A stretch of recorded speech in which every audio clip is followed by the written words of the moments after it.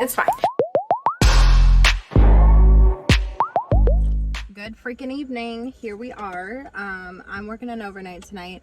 I am here at work early and I've got my door cracked open because this window stopped working, and so now I'm having a rough time. Anyways, it's fine. So I am here for the next 30 minutes waiting to be able to go into work. So here's what I figured we'd do. I figured we'd talk a little bit. Ignore the fact that I am looking the way that I do. Keep in mind I'm going in for an overnight. So this is a caramel crunch frappuccino with 3 shots of espresso and no whipped cream. I've got some McDonald's fries and I've got a Sprite after my coffee. So here's what we're gonna do. We're just gonna chat. First of all, it's been a while. It's been a while for a number of reasons. One, my window stopped going down, and if you didn't know, my car is still not working. So I'm in my husband's car. My husband's car doesn't have AC, so I can't have the windows down and film, and this window doesn't even go down, so I haven't been filming in here. My desk, if you were not aware, was atrocious for the longest time because I basically gave up on life. Anyways, I did get it, half of it cleaned, and I got a portion of the other half cleaned, so it's like we're fine-ish. But you know, it's never gonna be perfect because my name is Abigail. I have been regular with my lives though. That's one thing that I have. Excuse the helicopter.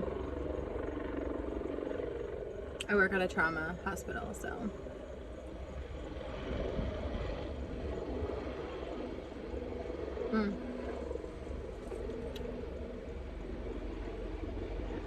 There it is right there.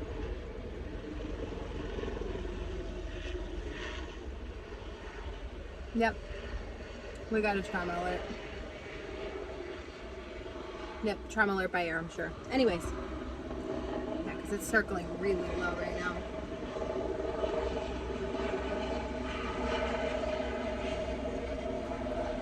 Anyways.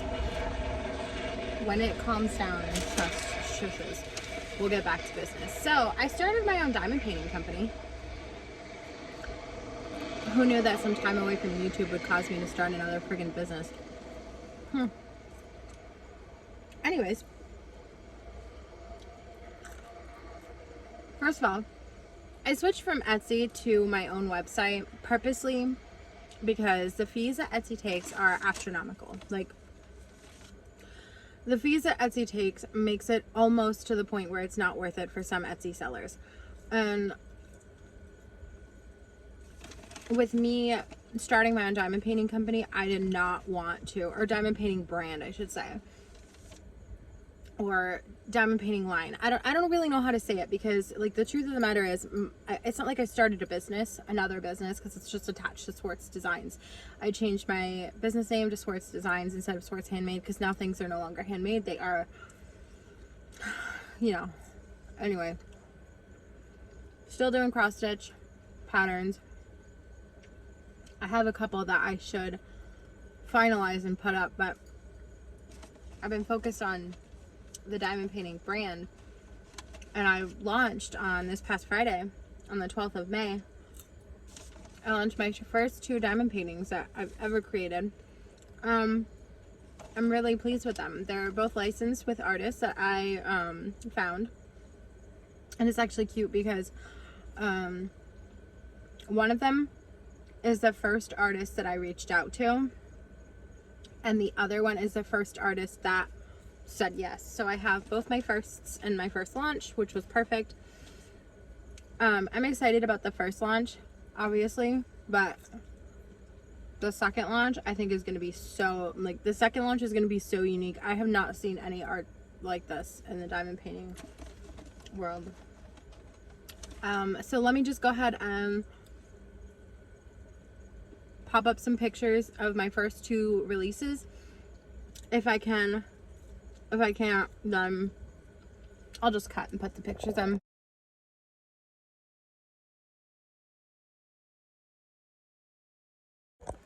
So that is Mushroom Pixie and Froggy by Danny the Escapist Scribbler. Found that artist on Instagram. She's lovely. And then it is a 65 by 65 round with 2 ABs. My canvas material is soft lint, sort of like in winter, right before it starts to get cold where you have to start wearing puffer jackets, the soft flannel. That's what I like in the material too. And then the edges are scalloped. You have a color list on both sides. You have a schematic. You have the artist's name at the bottom and their Instagram and the piece. And then at the top is my logo. And then you obviously get a toolkit and the drills. I'm going to talk a little bit about the toolkit. For me, I would rather put that money into other things than the toolkit. So I just went with a basic toolkit. It's a white bow, a blue font, a blue pen, and a blue pad of wax. It's certainly nothing special, but also at the same time, y'all, we've been doing this for forever. So it's not like you're going to be devastated that you don't get an upgraded toolkit, because most people already have their own 3D printed trays that they love, and their own resin pens turned by people like Elizabeth and Edward. There's people walking behind me and I'm like basically yelling. And people have their trays from like Bella Archie Nicole or like Muni Made. So it's not as if, and like waxes, like I sell wax and I know other people sell wax and putty. I sell putty and wax. Jenny sells glue dots. So it's like, plus we have how many squishies from other companies, how many pairs of tweezers, and like I'd rather take the money that would apply to the extras and like take it out completely, because the money it would cost to upgrade the kit, I would have to pass on the cost, right? You have everything that you need already, right? So basic toolkit, all the drills that come with it, and then I have a sticker sheet, and on the sticker sheet you have again the color list that is not, it's not pre-cut, but that's okay. I actually find that I prefer them not pre-cut, and this is a personal opinion, but like when I get companies sticker sheets that are pre-cut, they like roll up because they roll up in the painting, right? It's not a flat lay of the sticker sheet. I find that the pre-cut labels start to come up and off of the sticker sheet. So my preference is, if it's going to be rolled, I would prefer that I cut it. And I know it takes extra time, but it's really not that much, because what I do is I cut the whole sticker label out. I pull the sticker off the sticker sheet and move it over so that it's still like, I put it back on and I move it over so that it's like half on the sticker sheet and half off, and then I cut up so that it's still stuck to the sticker backing, and then all the little pieces are like flipped, like they're cut separately, so I can just label that way. I find that to be the easiest way to do it, rather than do it any other way. It takes less time, and you're not sitting there like peeling it up for ever. You're peeling up one thing at a time, and then everything is, you know, easy to pull up. I'll have to do a video on that one time. I'm pretty sure most people know how to do it, but just in case. So like I said, it's 65 by 65 round, 2 ABs. It's a licensed piece, soft lint flannel canvas, scalloped edges. Yep, so that's it's a beautiful piece, and I am like, I have, her face is done. I have the first 2 rows done, and I put up a poll on Instagram, and I said, now that, because what I was trying to do while I was launching, or while I was getting ready to launch, was I was really aiming to sort of do both. I was working on both. I wasn't sure when the pieces were going to get to me. I wasn't sure how much time I was going to want with them, because my goal for me is to always, like, you can spend as much time as you want looking at the canvas on the screen that the factory, that your manufacturer sends you. Ultimately, the only way that I feel comfortable selling this product to anyone is if I physically have it in my hands, I have checked it over, I have done my due diligence as a business owner and as a fellow diamond painter. I am both a consumer and a business. So if there's anybody who is going to know what to look for, it's going to be a diamond painter. So rather than look at the screen and like zoom in and like do the best you can, I do the best I can, and then I take it home, and then I get to see, well, they ship it to me, and then I get to see it in like live and in color. I get to see it big full screen and like live in person instead of on a phone screen or on a computer screen. So, but I take special care with my symbols. As a matter of fact, my manufacturer actually sent me their list of symbols, and I was able to select which ones I would allow them to use on my pieces and which ones I don't care for, so that I never have a situation where I'm like, I've got 4 different arrows going 4 different ways. Because the problem with that is that people turn their canvases, right? So you have the 4 arrows going top, bottom, and then left and right, right? And then you rotate your canvas, and now the one that was supposed to go left is top, the one that was supposed to go top is right, the one that's supposed to go right is bottom, and the one that's supposed to go bottom is now left. So that rotation of the arrows really throws me off, so I can't have that. And then the same thing with the G and a swirl. And it's one thing to have a G and a swirl in 2 totally different color families, but for some reason, every single piece that they've put a swirl and a G on, it's been the same color family. So I when I got that color, the symbol list, I took them all out. I said, nope, we're only gonna do G's, no swirls. I took out the arrows, I took out the swirls, I took out, I believe I took out T's and T's, like a capital T and lowercase t. I have some on my first pieces, but they're a different color family, so I allowed it. But I took them out altogether, so there's now no longer a situation where we're gonna have T's and T's going forward after the first launch. But it is in 2 separate color families. We're talking like green and gray versus like pink and pink, you know what I'm saying?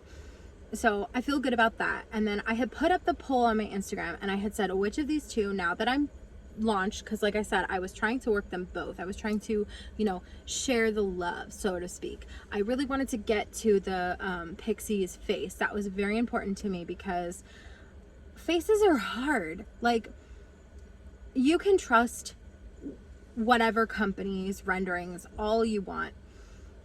Even the big companies have messed up faces, because there was a release recently from a massive company that because I now have a company, I can't, like, I'm not going to bash another company. That's what I'm essentially saying. But there's a massive company out there who just put out a diamond painting, and their face was like, it was like squashed. And it was one that I was super interested in purchasing even after I had started my own company, because I'm a Persephone girl, y'all know this. I love my Greek mythology. So when this company put up a Persephone and the face was squashed, I was like, oh no. And like, the thing is that faces are hard, skin tone is hard, people are hard. It is so much easier to diamond paint an animal, or like an alien, or like a scene, than it is for you to be able to pick the right shades, the right colors, the right dots in the right places on a person. And so that's why I needed to get to the Pixie's face. And my God, the face is fucking incredible. Let me pop in a picture of the face right here.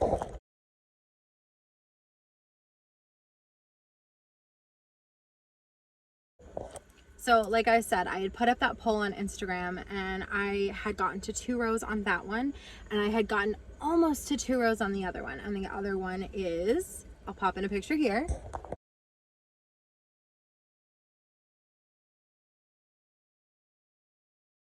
It is Eros and Persephone. So Eros and Persephone is by Maria Ray Chan. She is another artist. I believe this one, gosh, is this one England? I think it's UK. I don't want to say England. I know it's UK, but I don't want to put an actual like stamp on it in case I'm wrong, because I don't want to be that guy.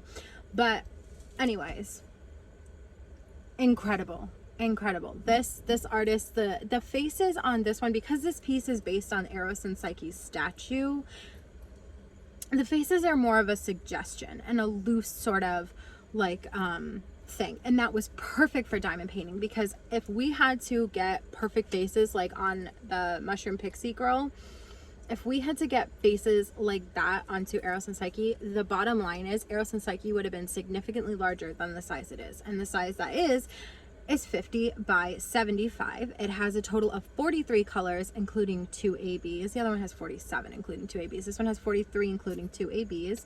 Again, it's a soft flint canvas. It is the scalloped edges, Comes with the same toolkit and the same sticker sheet and all the same features as before, with the artist name on the bottom, my logo at the top, color list, and a schematic. And then of course the sticker sheet has the color list, the picture, and then both of my sticker sheets have bios. I'll include a picture here.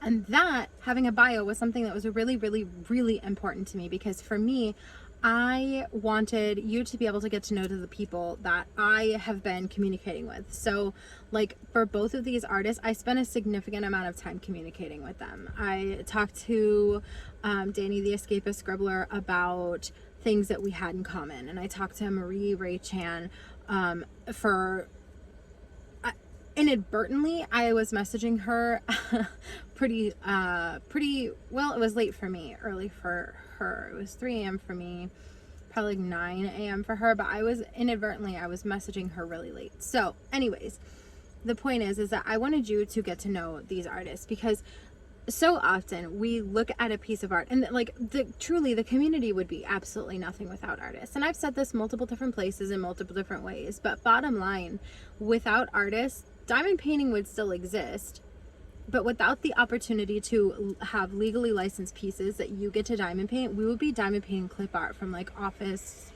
slideshow. Like it would be truly a horrendous world. Or we'd have a whole bunch of stolen art, which is a whole other conversation for absolutely not this video, because we're all about licensing artists and paying our artists. I have worked on assembling a variety of artists that I am pleased with.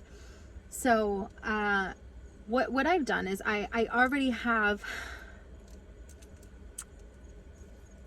I almost, guys, almost have 30 pieces licensed that are exclusive to moi.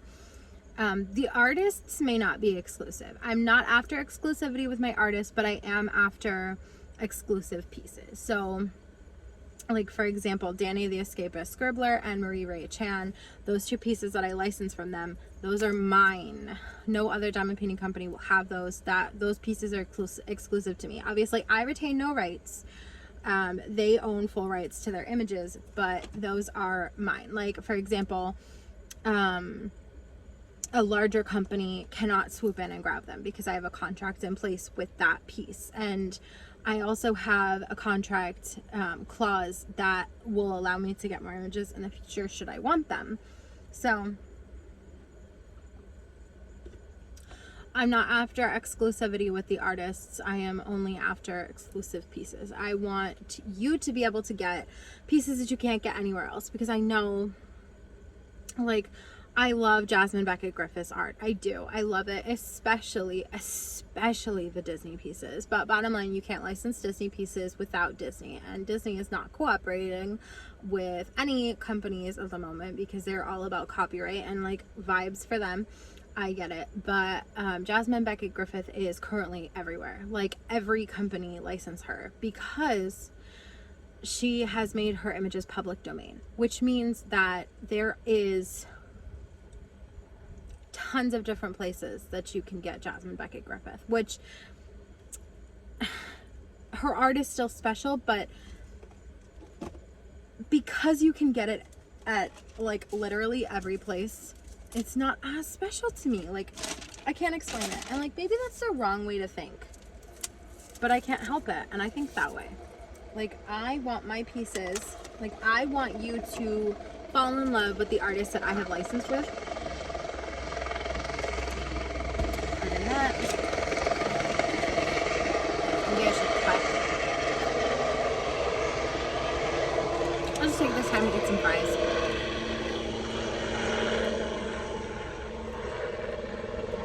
I want you to fall in love with the artists that I license with. I want you to look forward to when I release a new one of their pieces, because we all do it, right? We have our auto buy. And for example, in the book community, we have our auto buy authors. And that means that anytime an author puts out a book, it doesn't matter, you're buying it. Like for example, for me, that's Riley Sager. I don't care what the book's about. I don't give one flying ass, not one shit. I will buy it because he is an auto buy for me. I will buy anything he puts out. And trust me, there have been some diamonds in the rough where I was like, ooh, this is a good book. And then there's been some pieces where it's like, I don't know what he was thinking. Like, it was pitched. Like, I had that book, like, this is going to be the best book of all time. And it was just like a lesser book, and that's okay. He's still an auto buy author. And we have those things for artists. So like for me, for example, for a minute, anytime that a Mandy Manzano came out, I was hooked, hook, line, and sinker. But ultimately, my excitement for Mandy Manzano kind of died down because I did so many of them. And likewise, like with Hannah Lynn for a minute, I was hyped up on everything I could get from Hannah Lynn, but now so many places have Hannah Lynn's art, and so many of them are putting the art out constantly that I just, first of all, I never even completed a Hannah Lynn, which is wild because of how many I bought. But I think like at the beginning, like low key, we all went a little crazy. So tis which it is. But my point is that I want you to be able to get excited when I have a piece coming out from an artist that you have fallen in love with, right? That's important to me. It's really important to me because, like I said, we would be absolutely nowhere without these artists. But anyways, the point is that I kind of condensed this video from the live stream that I did with Gam Gam, Elizabeth Ensley from Enablers Outpost, which, by the way, sweet full circle moment on this. 623 days prior to Friday, May 12th, I launched her business, her diamond painting brand, live. Somebody just pulled in across from me. So now I have to pretend like I'm a normal person and not talking to the camera in a car by myself. But anyways, the point is that 623 days prior, I launched Elizabeth Ensley's diamond paintings, and 623 days from that date, May 12th, she launched me. And it was like a full circle moment, like a complete the rotation. It meant a lot to me for her to be there, especially for Gam Gam to be up past her bedtime, you know what I'm saying? So anyways, this is sort of a condensed version of that with a clickbaity title, because you gotta get it, you know, you gotta get them somewhere. So if you already watched the live, I apologize for giving you the same information twice, but also at the same time, this is like sort of me in a much more casual sense. Like obviously I was casual with my live, but like this is me much more casual. I'm literally sitting in the car with half of my eyebrows on before I go into work. We had some trauma alerts, we have some coffee, we have some Sprite, we have some fries, and my coffee lid just came off, girl. Girl. So all this to say, I hope that you check my pieces out, and like I understand that they're not what you're used to paying also, and we can talk a little bit about that. Let me just check, let me just do a little time check, make sure I'm not supposed to be in there already. All right, I got a couple minutes. So I want to explain a little bit about the price. So when you purchase a piece from a larger company, specifically a company that holds stock, because they purchase like thousands of units at once, their price per image goes down. For me, because I am purchasing only what is purchased, my manufacturer considers those one-off pieces, which makes them more expensive. Eventually, would I like to get to the point where I have and hold stock? I mean, it wouldn't hurt. I certainly wouldn't hate it, but ultimately, through the advice of some people who already have diamond painting companies, they said don't hold stock. And so because of that, my prices have to be higher. The other thing that makes the cost a little higher is that it includes shipping. So when you go on to a larger company's site and they charge you for shipping, or even a smaller company's site and they charge you for shipping, when you check out one of my diamond paintings and you purchase it, that includes the cost of shipping. So it's not an additional fee on top of it, right? So if you look at it like this, shipping is going to cost me between $10 and $13, right? So I just factored for right around 12, right? Because that's halfway between. So if you take that money and you subtract 12 from it, you're looking at a lesser price, right? And something probably that you would look at and say, okay, that's a little bit more reasonable. So then I wondered if it was better for me to just like charge a lesser price and then charge shipping on top. I'm always looking for ways to improve. So if you have an opinion one way or another, please let me know. But in addition to that, because all of my pieces are considered one-off and their prices are significantly higher because of it, and then you factor in the shipping, and then you factor in the fact that I'm a small business and I don't have employees and stuff like that, I had to make it work for me, and the only way I could do it was to charge that. Now, I do have a discount code on there.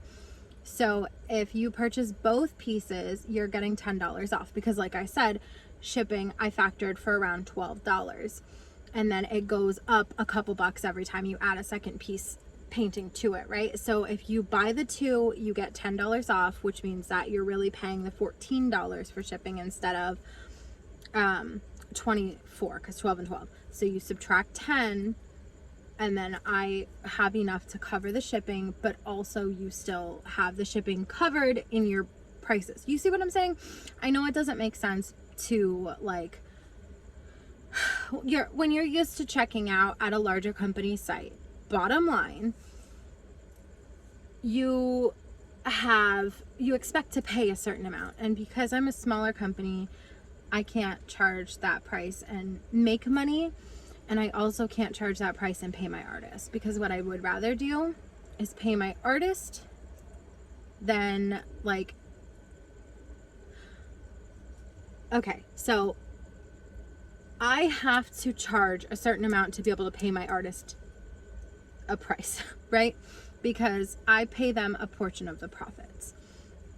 So in order for me to be able to afford to make it lucrative for me, afford the pieces, afford the shipping, and pay the artist, it has to be a certain price. Now that doesn't mean that at some point it won't go down. That just means that currently, right now, that is what I'm doing.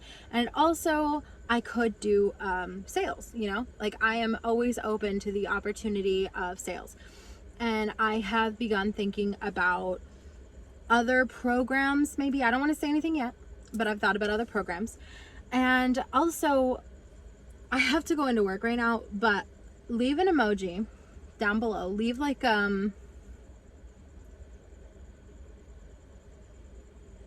leave a palm tree down below if you've made it to this point in the video. But I'm thinking about doing a survey for opinions of people.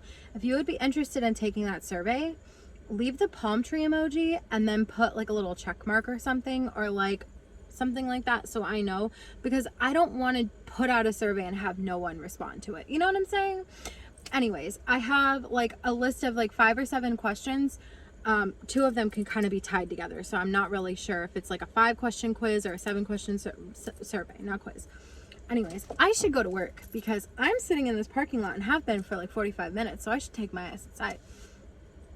Anyways, I hope that you enjoyed this video. I'm sorry I've been distant. It's been a wild couple weeks, as you can imagine. And everyone in my house is sick again, and it's just been rough. Anyways, long story short, I love you very much. Check out swartzdesigns.shopify.com, because for some reason I can't buy a freaking domain. Leave a palm tree emoji down below. I'm gonna go into work and make some money. Well, not very much. Did I tell you that the friggin' we hired a new overnight girl and she quit day 2? I have had enough. Anyways, I'm gonna go. Leave a palm tree emoji. Love you. Wait. I hope that you are being safe, watching, and taking care of yourselves. Bye, guys.